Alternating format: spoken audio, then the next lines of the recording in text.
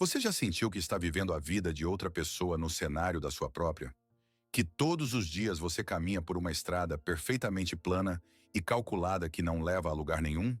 E a única coisa que nasce no final desse caminho impecável é um cansaço silencioso e paralisante de si mesmo. Para entender essa paralisia, não recorreremos a conselhos de produtividade, mas aos mapas profundos da alma humana. Usaremos os projetos deixados para nós por Carl Jung, o maior cartógrafo do mundo interior. Esses mapas não levam ao sucesso, mas ao sentido, e são eles que nos mostrarão onde realmente está a fonte do seu vazio. Na próxima hora, não vamos apenas analisar esse problema, vamos decifrar sua mensagem oculta. Você entenderá por que está preso. Você descobrirá qual o primeiro passo é o único correto quando não se sabe para onde ir. E, o mais importante, você não receberá um mapa do terreno, mas uma bússola interna que nunca mente. Se você está pronto para parar de procurar o caminho e começar a senti-lo, nossa jornada para o interior começa. Agora mesmo. Vamos deixar de lado as grandes promessas por um momento e conversar. Vamos falar sobre esse silêncio que se instala por dentro quando o ruído externo se acalma. Ele é sentido de forma especialmente aguda em uma noite de domingo, não é? Quando o ar no quarto fica denso, pesado, e cada tic-tac do relógio não conta o tempo, mas os restos da sua liberdade. Do lado de fora, tudo está perfeito. Talvez você tenha um bom emprego, estabilidade, uma família, aquela mesma gaiola dourada cujas paredes você mesmo construiu com tanto esmero. Mas por dentro, nesse silêncio ensurdecedor, cresce um pânico silencioso. É a sensação de que o trem principal da sua vida está prestes a partir, e você nem sabe em que estação está. E então, amanhã chega. Você se aproxima do espelho. E um profissional cansado olha para você, um especialista em desempenhar papéis alheios. Você escova os dentes, amarra a gravata ou aplica a maquiagem. Realiza todos os rituais corretos. E nesse momento, olhando nos seus próprios olhos, você faz uma pergunta silenciosa. Quem é você? E o que você realmente está fazendo aqui? Mas não há resposta. O piloto automático já está ligado. O dia começou. Essa vida no piloto automático não é apenas uma rotina. É a sobrevivência no centro de um deserto interior. Um deserto onde o vento sopra a poeira de esperanças não realizadas e paixões esquecidas pela areia. É um estado em que você não sente mais dor aguda nem alegria vibrante. Apenas um cansaço surdo e avassalador de caminhar em círculos sem fim, onde a paisagem nunca muda. E a coisa mais cruel nesse deserto interior é que você se culpa por ele, não é? Você olha para a sua vida, para tudo o que foi alcançado, e uma voz interior implacável sussurra. Você deveria ser grato. Você é apenas preguiçoso. Outros não têm nem isso. Você se acusa de fraqueza, de infantilidade, da incapacidade de simplesmente se recompor e se alegrar com o que tem. Essa vergonha é a pedra mais pesada que você carrega. Mas estou aqui para lhe dizer algo extremamente importante. Ouça-me com atenção. Se você sente isso, saiba, você não está quebrado. Você não é preguiçoso. Você não é ingrato. Você está no limiar. Esse sentimento de vazio não é um sinal de sua fraqueza. Pelo contrário, é o sinal mais claro e alto da força de sua alma, que não concorda mais em viver uma mentira. É um protesto sagrado da sua parte mais autêntica e viva contra uma existência que está secando seu espírito. É o grito do seu ser interior, que se recusa a participar de uma performance, por mais segura e socialmente aprovada que seja. Sua alma está lutando por você. E esse cansaço é o eco de sua grande batalha. E assim que tiramos o rótulo de problema desse sentimento, assim que paramos de julgá-lo, podemos fazer uma pergunta completamente diferente, muito mais profunda e perturbadora. E se esse beco sem saída não for um erro no mapa da sua vida, mas o próprio objetivo da jornada? E se essa incapacidade de dar o próximo passo não for o resultado de sua fraqueza, mas uma manifestação de uma força desconhecida para você? E se essa paralisia, essa apatia, essa melancolia não for o seu problema, mas a sua salvação? Pense nisso. E se for a parte mais sábia e antiga de você que o mantém no lugar à força? Porque sabe, Mais um passo por essa estrada impecável e plana, e você se perderá irremediavelmente. É o freio de emergência da sua alma que ela acionou no último segundo para salvá-lo da maior catástrofe, uma vida vivida em vão. Essa força sábia dentro de você vê que o trem em que você viaja com tanto conforto está correndo para um abismo. E ela preferiu sabotar, causar uma falha completa do sistema, apenas para não deixá-lo chegar ao seu destino. Sua condição não é um carcereiro, é um guarda-costas. Ele se colocou em seu caminho para protegê-lo daquela parte de você que está pronta para trocar a autenticidade pelo conforto. E ele não o deixará se mover até que você comece a procurar outro caminho. Um caminho verdadeiro. Esta é uma ideia forte e, talvez até reconfortante. A ideia de que sua dor não é um inimigo, mas um protetor.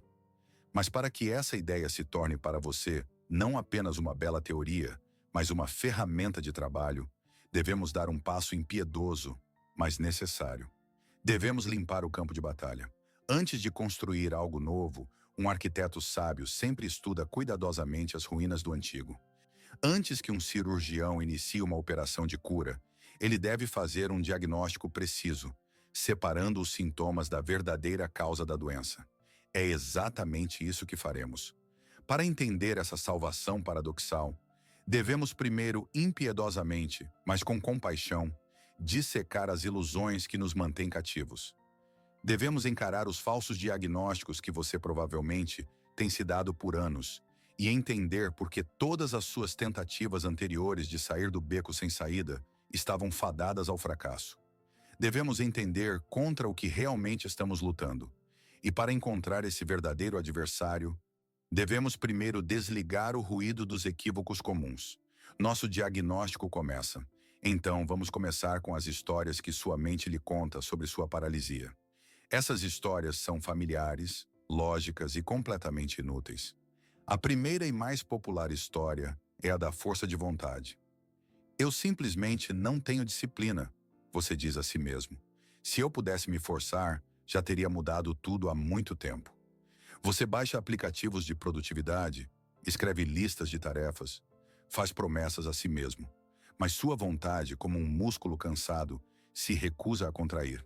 E cada falha apenas reforça sua crença em sua própria inutilidade. A segunda história é o mito de encontrar sua paixão. Eu só preciso encontrar o que eu realmente amo, você pensa. Você começa a experimentar hobbies, fazer cursos online, procurar inspiração externa, esperando que um dia você tropece na atividade mágica que acenderá um fogo dentro de você. Mas o fogo não acende, e a busca se torna mais um trabalho exaustivo. A terceira história é o conto pragmático do medo. Tenho medo de perder a estabilidade. Eu tenho uma hipoteca, família, responsabilidades. Já é tarde demais para mudar alguma coisa. Essa voz da razão parece a mais convincente. Ela apela à responsabilidade e ao bom senso, e discutir com ela é parecer um sonhador infantil. Ouça, tudo isso é verdade, mas é a verdade da superfície. É a ondulação na água que esconde uma corrente subaquática poderosa e invisível. Tentar resolver o problema nesse nível é como colocar um curativo em uma ferida interna profunda. Você está travando uma guerra heróica contra o inimigo errado. Ao tentar treinar a força de vontade ou encontrar a paixão, você está apenas gastando uma energia psíquica preciosa que você precisa para a batalha real. E cada fracasso nessa falsa guerra apenas o afunda mais no labirinto da vergonha e da culpa. Seu problema não é a falta de força de vontade. Sua vontade está sabiamente sabotando o movimento na direção errada. Então, se a força de vontade, a paixão e o medo são apenas ondulações na água, qual é a corrente profunda? Qual é a verdadeira natureza de sua enfermidade? E se não houver doença alguma? Vamos olhar para isso com uma precisão médica completamente diferente. Imagine que você acorda uma manhã com febre alta. Seu corpo está queimando, você tem calafrios, você se sente fraco. O que você fará? Você não declararia guerra à própria febre. Você não gritaria com o termômetro Ou culparia seu corpo por ser preguiçoso para estar saudável? Você entende intuitivamente que a febre não é a doença, é um sintoma, é um sinal, é a prova de que seu sistema imunológico está funcionando. Ele detectou uma infecção e entrou em uma batalha feroz com ela, aumentando a temperatura para criar condições insuportáveis para o inimigo. Pois bem, sua apatia, seu medo, sua paralisia criativa e volitiva não são uma doença, são a febre de sua alma. Esta é a única metáfora de que você precisa para entender tudo. Sua condição é um sinal de saúde, não de patologia. Seu sistema imunológico espiritual foi ativado. Ele detectou uma infecção estranha que está envenenando sua vida por dentro. E essa infecção são os falsos objetivos que você aceitou como seus. São os valores alheios aos quais você jurou lealdade. É a traição diária e pequena de seu verdadeiro potencial em prol da segurança e da aprovação. É uma vida construída contrária à sua natureza mais profunda e autêntica. E sua psique, em sua sabedoria infinita, está fazendo a única coisa que pode salvá-lo. Está aumentando a temperatura. Está tornando sua vida habitual insuportável para que você finalmente pare de fazer o que está te matando lentamente. Ela paralisa sua vontade para que você não possa dar mais um passo no caminho falso. Lutar contra essa febre tentando se motivar ou apenas começar a fazer é tão inútil quanto baixar a febre ignorando uma pneumonia. Isso apenas esgotará suas forças e permitirá que a infecção cresça. O único caminho certo é parar de lutar contra o sintoma e, com gratidão por esse sinal que salva vidas, começar a procurar a verdadeira fonte da infecção. A fonte dessa febre é uma ruptura profunda e dolorosa entre a vida que você constrói metodicamente dia após dia e a vida que está esperando para ser vivida dentro de você.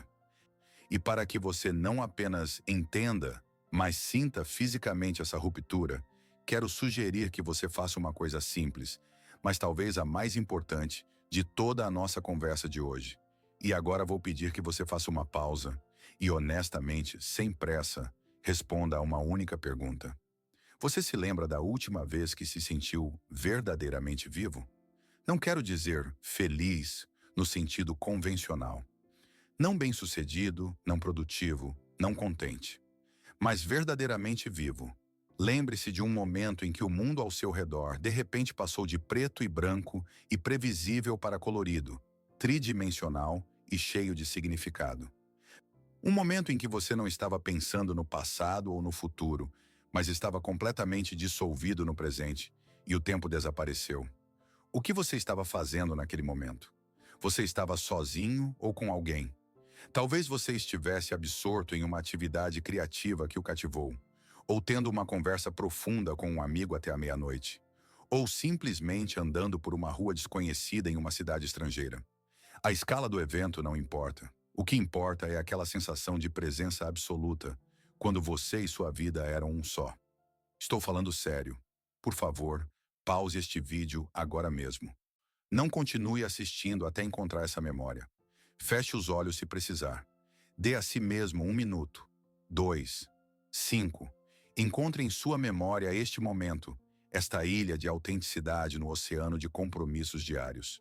Essa memória não é apenas nostalgia, é a ferramenta de diagnóstico mais importante que você tem.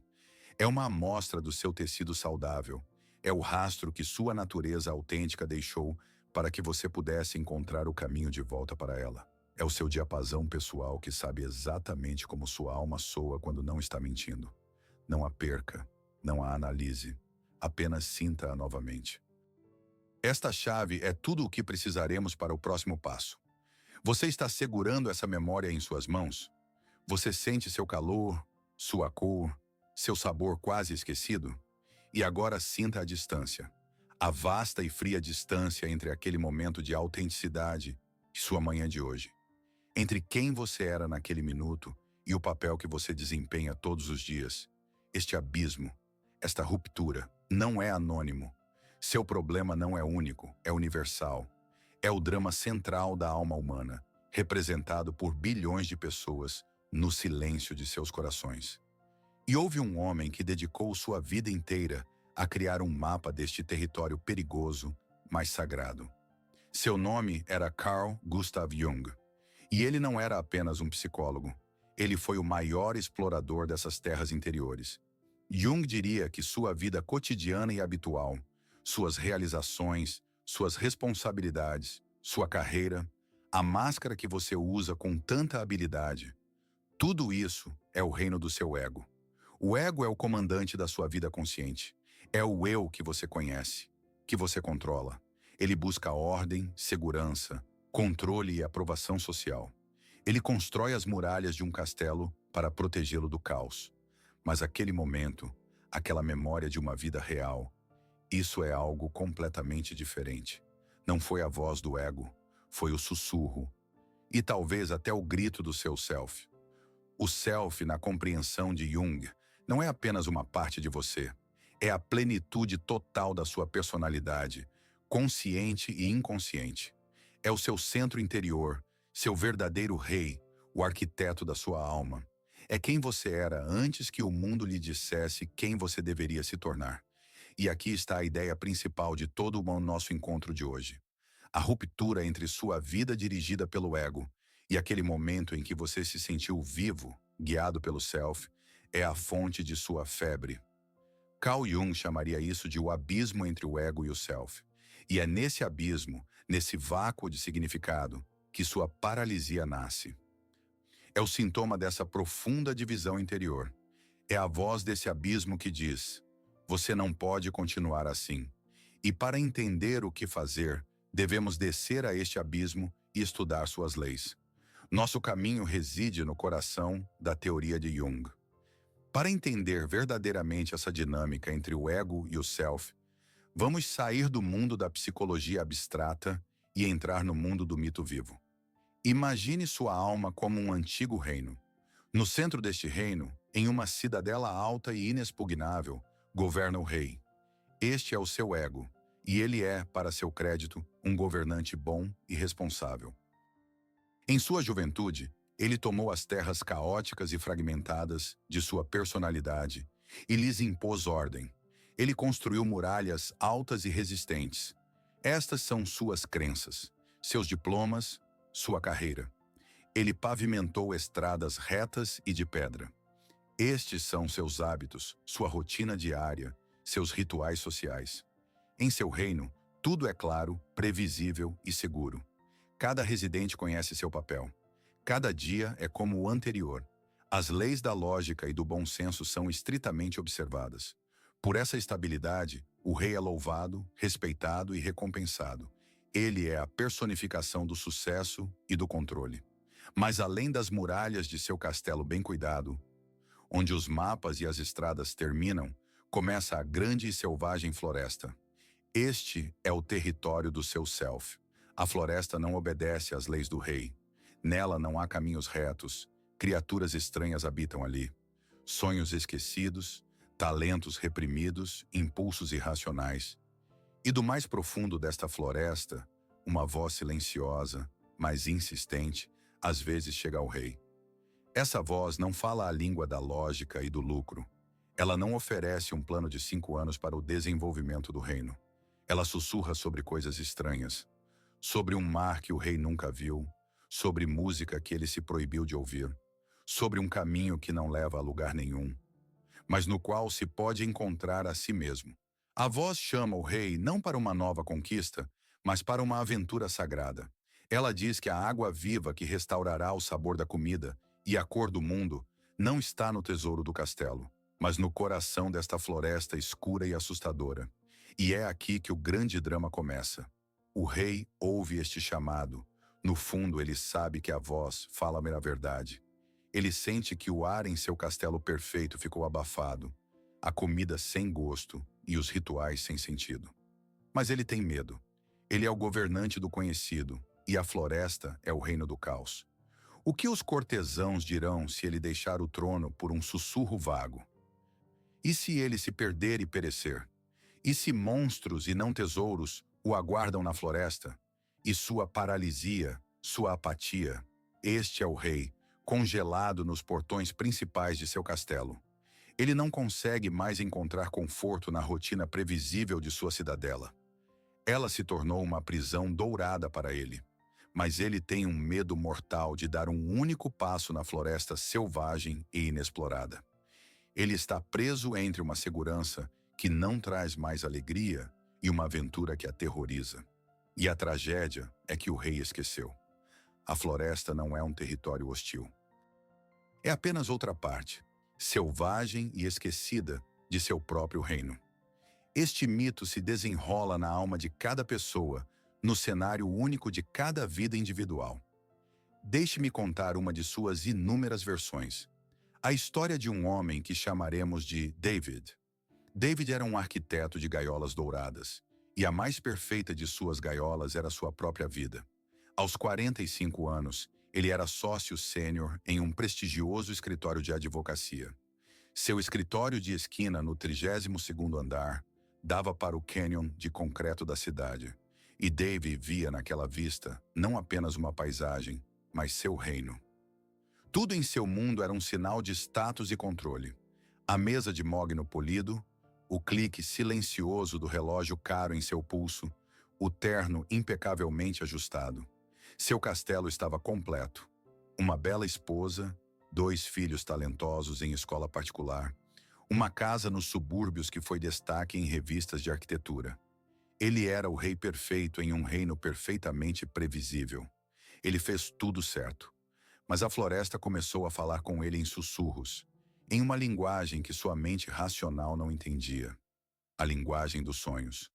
Todas as noites, ao adormecer em seu quarto silencioso e perfeito, ele via a mesma coisa. Um oceano vasto, salgado e vivo. Ele estava no convés de um antigo navio à vela, sentindo o vento no rosto, e sabia que precisava navegar, embora não soubesse para onde. Durante o dia, em longas reuniões, ele se pegava desenhando inconscientemente silhuetas complexas de escunas e brigues nas margens de documentos legais. Ele atribuía isso ao cansaço. Apenas estresse, dizia a si mesmo. Vou precisar tirar férias. Algum dia.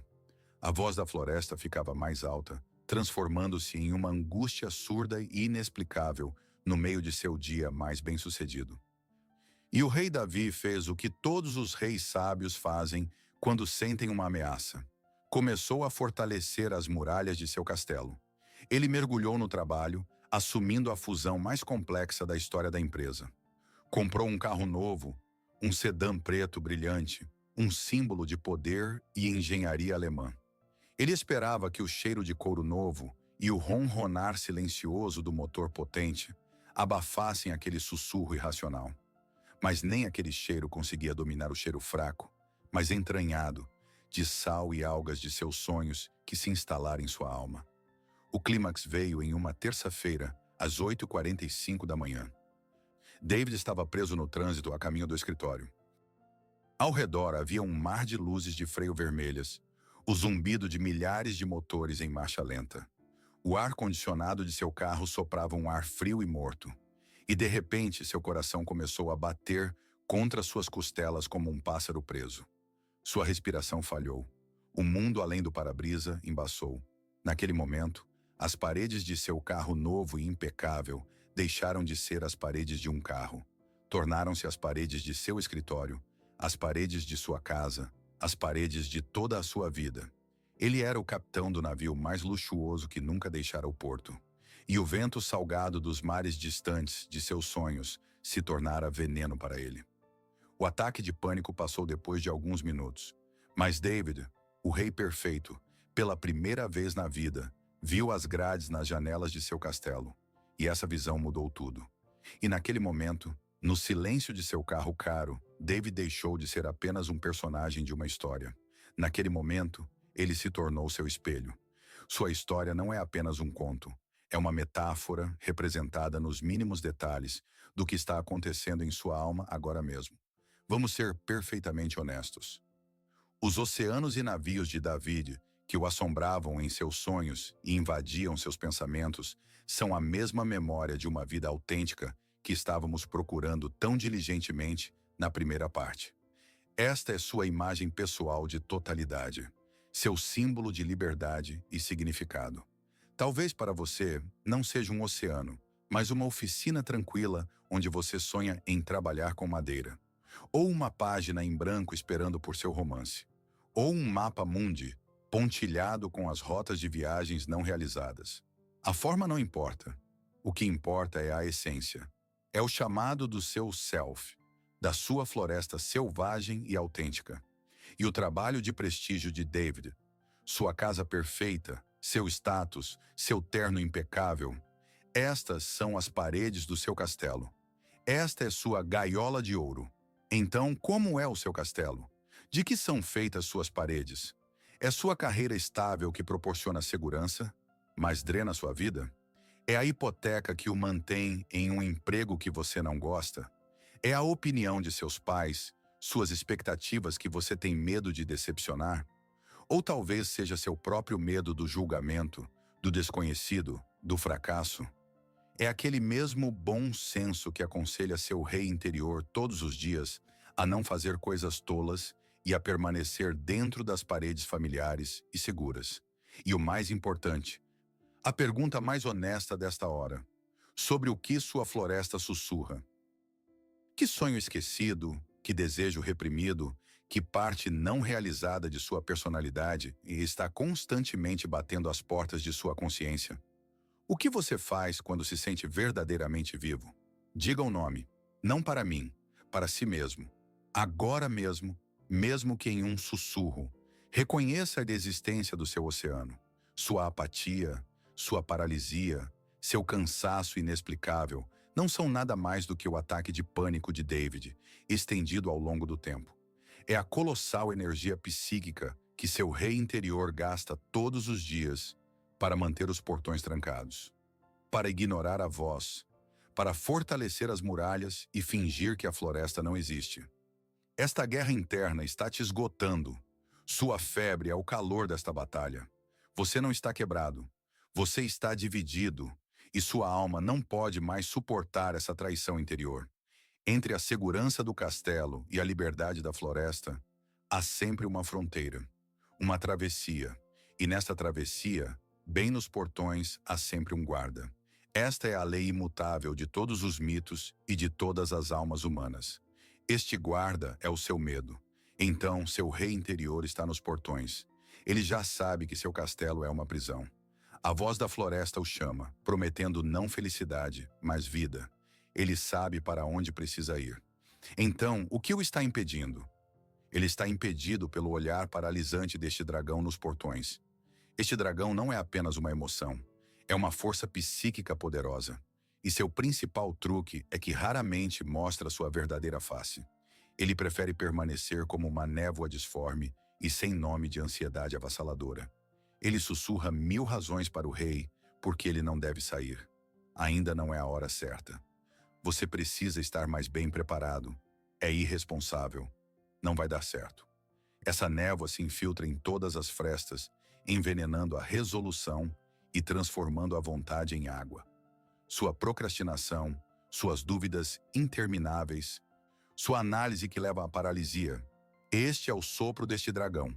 Portanto, agora devemos fazer o que este dragão mais teme. Devemos acender uma tocha e forçá-lo a sair da névoa para a luz. E agora responda para si mesmo a segunda pergunta-chave desta jornada. Do que seu rei interior realmente tem medo? Qual é o nome verdadeiro e específico do seu dragão? É o medo do fracasso? O medo de que você tente e não consiga e tenha que viver com essa vergonha? Ou é o medo do julgamento?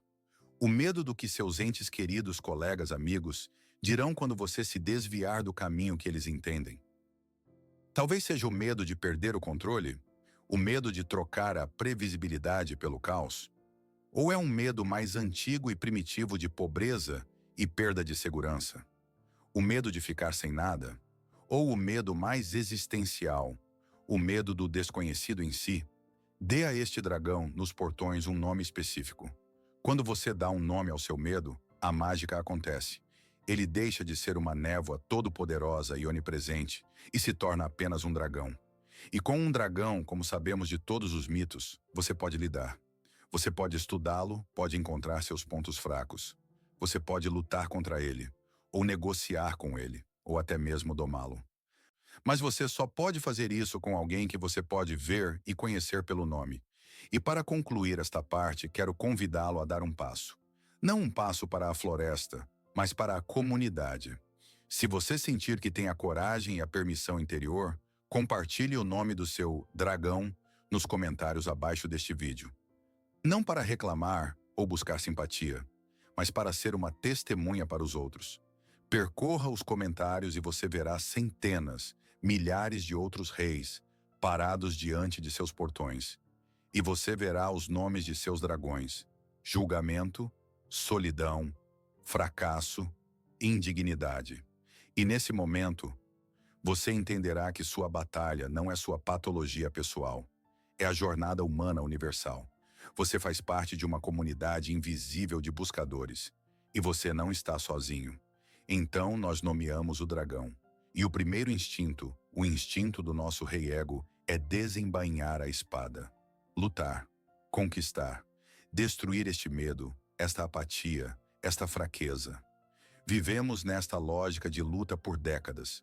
Mas e se eu lhe dissesse que esta guerra é a própria razão de sua exaustão? E se este dragão, esta paralisia, esta crise não for um inimigo a ser derrotado, mas um mensageiro a ser ouvido? Seu maior professor, sua crise não é uma falha do sistema. É sua função mais importante, saudável e curativa. Não é a fraqueza de seu rei, mas sua sabedoria inconsciente, finalmente rompendo a armadura de seu ego. Ele está se detendo porque sua parte mais profunda sabe. O antigo caminho, por mais seguro que pareça, leva à morte definitiva do espírito. Sua paralisia é uma pausa sagrada que sua alma tomou à força para fazê-lo finalmente erguer os olhos do mapa e olhar para o terreno real. Para entender isso mais profundamente, devemos nos voltar para a linguagem dos antigos alquimistas. Eles procuravam uma maneira de transformar chumbo em ouro. E seu principal segredo era sua atitude em relação ao chumbo. Eles não o consideravam um metal sujo e inútil a ser descartado. Eles viam nele o que chamavam de prima matéria, a matéria primária. Eles sabiam que era neste chumbo escuro, pesado e sem brilho que o potencial para o ouro reluzente já estava oculto. Sua paralisia, sua apatia, seu medo, sua melancolia, isto não é chumbo para ser descartado. Esta é a sua prima matéria. Este é o próprio chumbo que contém todo o ouro de sua vida não vivida, toda a energia reprimida, todos os sonhos esquecidos. Todo o anseio por totalidade estão concentrados neste sentimento pesado e desconfortável. Tentar se livrar dele significa jogar fora a matéria-prima mais valiosa para sua transformação. E aqui está a verdade mais paradoxal e libertadora. Sua alma arranjou esta crise para você por um grande e implacável amor por você. Ela preferiu mergulhá-lo na dor aguda, mas curativa, do presente para salvá-lo de uma tragédia ainda maior e insuportável. Viver até o fim uma vida tranquila e confortável que nunca lhe pertenceu. Você não está doente. Você não está quebrado. Você está passando por uma destruição necessária e sagrada que precede toda a criação verdadeira. E seu problema é o próprio começo de sua jornada para casa. E se sua crise é uma mensagem, se sua paralisia é um professor, então como decifrar essa mensagem? Como aprender a linguagem desse professor?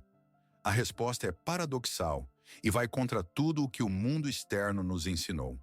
Você precisa parar de tentar fugir do problema e, reunindo toda a sua coragem, encará-lo. Até este momento, seu rei ego agiu em sua lógica habitual de luta externa. Sentindo desconforto, ele tentou eliminá-lo, encontrar um novo emprego, inscrever-se em cursos, ler um livro de autoajuda, se recompor. Ele procurou desesperadamente a ação certa no mundo externo, que consertaria o estado interno. Mas isso é como tentar mudar o reflexo no espelho sem tocar em seu rosto. Você está procurando a resposta fora, enquanto todo o seu mundo interior está gritando, implorando para que você finalmente faça a pergunta certa a si mesmo. O verdadeiro método que você tem procurado Não é encontrar um novo e melhor mapa do mundo externo. É aprender a ler o mapa de seu próprio mundo interior. É parar de lutar e começar a ouvir. Seu próximo passo não é enviar currículos. É virar-se para a floresta. É o início de um diálogo consciente com aquela mesma voz, que até agora só foi um sussurro vago ou uma saudade irracional. E isso não é uma bela metáfora. É a prática psicológica mais concreta e poderosa que existe. Jung a chamou de imaginação ativa. De forma simplificada, é uma conversa intencional e focada com partes de sua própria psique. Significa tratar sua paralisia, seu medo, seu sonho do oceano, não como problemas a serem resolvidos, mas como seres vivos e inteligentes, com os quais você pode e deve falar. Significa sentar-se em silêncio e perguntar ao seu medo: o que você realmente quer? Do que você está me protegendo? E então, ouvir a resposta sem julgar ou analisar. Isso exige coragem. Muito mais coragem do que pedir demissão de um emprego ou se mudar para outro país. Porque o mundo externo, com toda a sua imprevisibilidade, é compreensível para nós.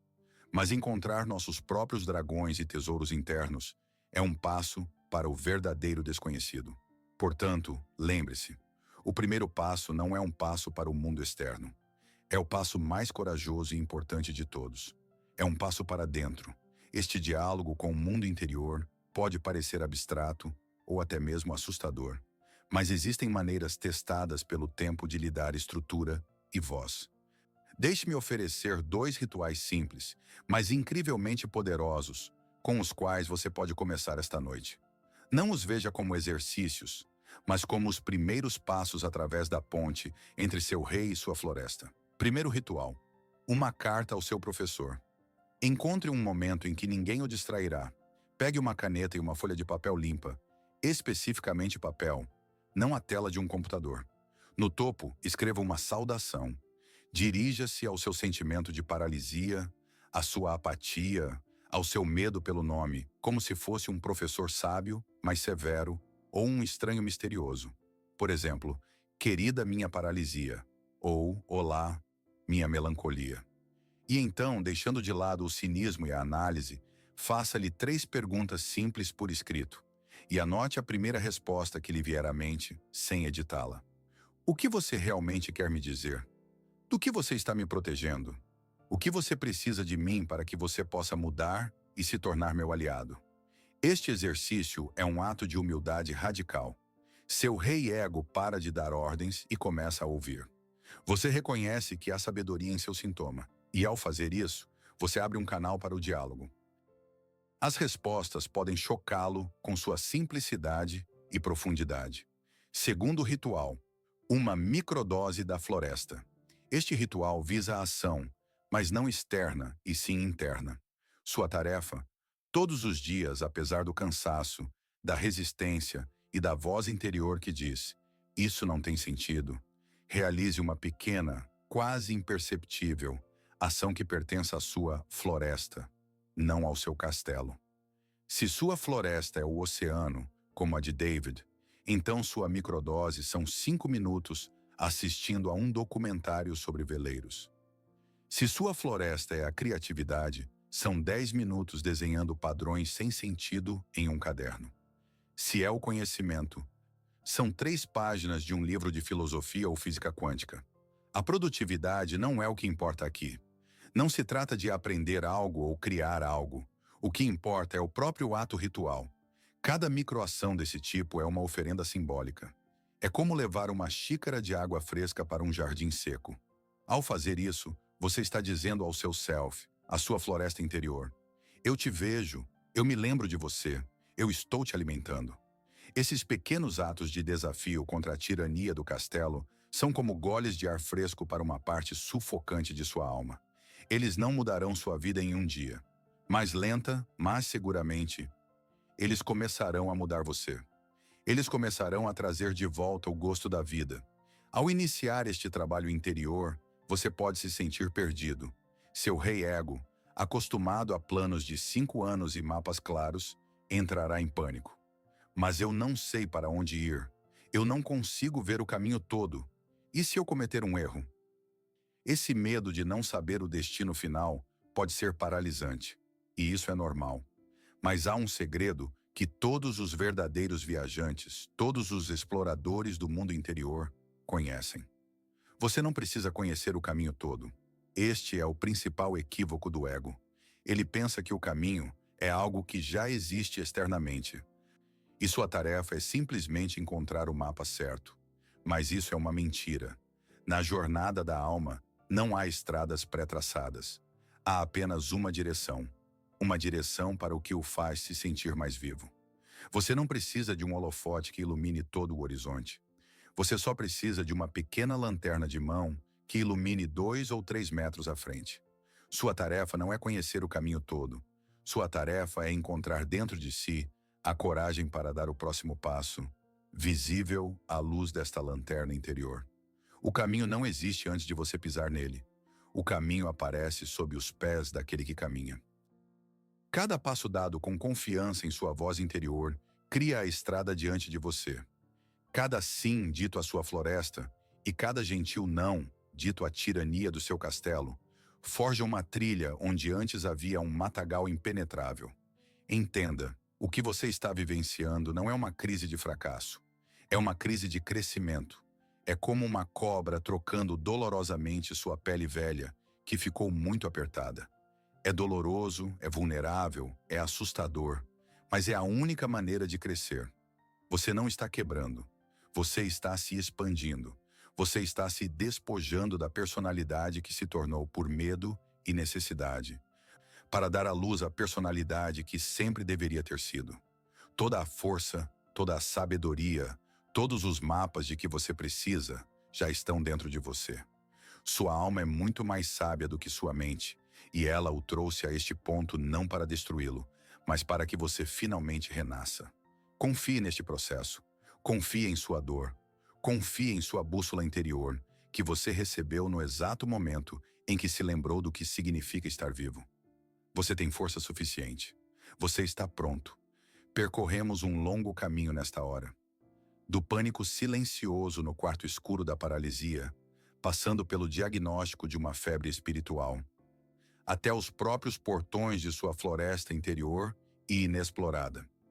Demos um nome ao seu castelo e ao seu dragão, e se fôssemos destilar toda esta jornada de uma hora, todos os conceitos e metáforas complexos, a uma única centelha de luz, a um único diamante que você pode levar consigo, soaria assim. Seu propósito não é um destino que você precisa encontrar em algum lugar, como um tesouro enterrado. Não é uma profissão específica, nem um lugar ideal para morar, nem algum sucesso mítico. Esta é uma ilusão que o ego lhe vende. Seu propósito é uma direção que você precisa escolher, agora mesmo, e a cada dia que se segue. E esta direção sempre, sem exceção, aponta para o que o faz se sentir mais vivo. Mesmo que isso o assuste, mesmo que seja ilógico, mesmo que outros não o aprovem. A bússola de sua alma não aponta para o norte do sucesso convencional. Ela responde a apenas uma coisa: o calor de sua própria e única autenticidade. Aquele momento de vivacidade que você lembrou é sua estrela do norte. Tudo o que você precisa fazer é dar pequenos passos diários que mantenham essa luz em seu campo de visão. Então pare de se torturar com a pergunta: qual é o meu propósito? É uma pergunta falsa e paralisante. Faça outra. O que posso fazer hoje para me sentir pelo menos 1% mais vivo? Pare de procurar o emprego dos seus sonhos. Em vez disso, comece lentamente, tijolo por tijolo, a construir uma vida da qual você não queira escapar para a apatia à noite e para os sonhos de outras pessoas à noite. Este é o único trabalho que importa. Este é o grande trabalho que Jung chamou de individuação. Este é o caminho de casa. E quando você começar a se mover nessa direção, sua vida mudará. Não imediatamente, não magicamente, mas ela mudará por dentro, onde todo o verdadeiro significado nasce. Não vou prometer que o caminho para sair da floresta será fácil. Não será. As muralhas do seu castelo o chamarão de volta com seu conforto familiar e entorpecente. O dragão nos portões não desaparecerá com um estalar de dedos. Ele testará sua determinação repetidamente. Haverá dias cheios de dúvida. Haverá momentos em que o velho medo retornará e sussurrará em seu ouvido que tudo isso é um erro estúpido e perigoso. Mas eu lhe prometo isto: neste caminho não haverá um único dia vazio e sem sentido.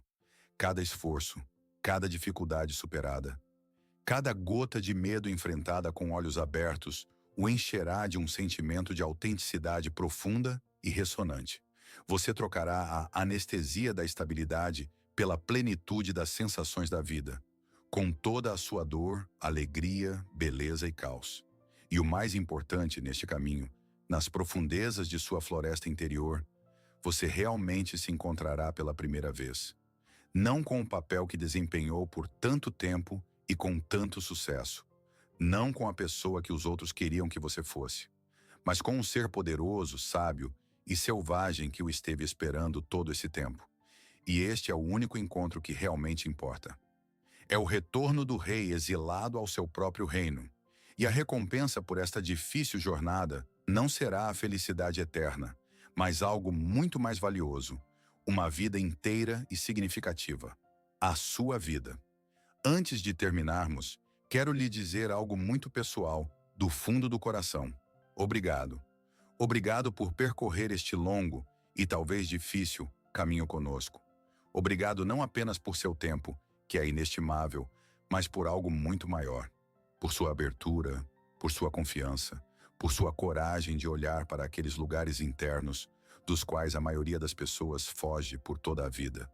Tal jornada requer coragem, e você a demonstrou. E quero que você leve consigo um sentimento muito importante. Neste exato minuto, enquanto você ouve minha voz, saiba disto: você não está sozinho.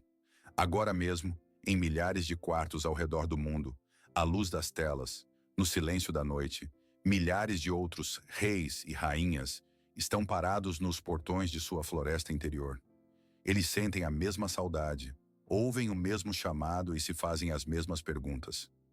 Você faz parte de uma comunidade invisível, uma tribo invisível, mas absolutamente real, de buscadores que sentiram que a vida é algo mais do que apenas segurança e sobrevivência. Sua luta, sua saudade, sua esperança não são apenas suas. Fazem parte da grande e antiga busca humana por totalidade e significado. E nessa busca, você nunca, nunca estará sozinho. Se esta jornada foi valiosa para você, se ela acendeu pelo menos uma centelha de reconhecimento dentro de você, eu o convido a continuar este caminho juntos. Este não é o fim, mas apenas o começo da exploração. Inscreva-se para se tornar parte de nossa comunidade, nossa tribo invisível de buscadores, e para não perder as próximas expedições aos territórios mais profundos e importantes da alma humana. Cada curtida que você dá a este vídeo não é apenas um número para o algoritmo. É um farol que você acende e que torna esta luz visível para outros navios que vagam na névoa. Cada comentário significativo que você faz, especialmente aquele em que você ousou nomear seu dragão, não é apenas texto. É um ato de criar um espaço seguro onde outros possam ver que não estão sozinhos em sua batalha. Ajude-nos a transformar este canal de uma voz solitária em um coro poderoso que será ouvido mesmo nas florestas mais densas e escuras. Sua participação transforma a visualização passiva em uma contribuição ativa para nosso trabalho coletivo. E para concluir, seja o que for que você decida fazer a seguir, fechar este vídeo, curti-lo ou mergulhar nos comentários, quero deixá-lo com um pensamento final, com um lembrete que é o coração de todo o nosso trabalho aqui. Ouça com atenção. Sua alma está falando com você, sempre.